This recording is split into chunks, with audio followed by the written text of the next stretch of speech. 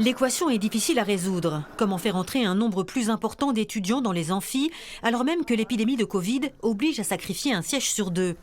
À l'université de Rouen, la rentrée s'est déroulée avec une semaine de retard, le temps de faire un état des lieux des conditions d'enseignement et de mesurer son impréparation, d'après le directeur du département d'histoire. On répartit les étudiants de façon moindre dans les salles, mais ça n'est que dans les amphis. Dans les salles à côté et pour les TD, par exemple, on continue dans des petites salles à mettre 40 étudiants comme on les mettait auparavant. Et les salles sont trop petites déjà en temps normal. Et là, c'est encore pire, bien sûr. Donc pas de distanciation sociale du tout. Cette année, le nombre d'étudiants à Rouen a augmenté de 7% en raison notamment du contexte particulier du bac 2020.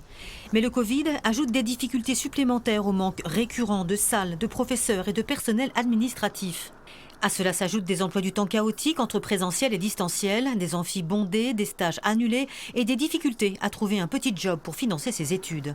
Les obstacles s'accumulent pour des étudiants qui doivent en prime se débattre contre l'image qu'ils véhiculent, celle d'être les principaux vecteurs du virus.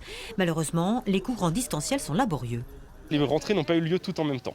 Quand les philos sont rentrés en cours, ils ont mis en place un système de distanciel sur le serveur de l'université. Dès que le premier cours a eu lieu, le serveur a sauté. Les STAPS sont rentrés en cours, ils ont tenté le distanciel. Là, ils ont complètement fait tomber le serveur de la fac.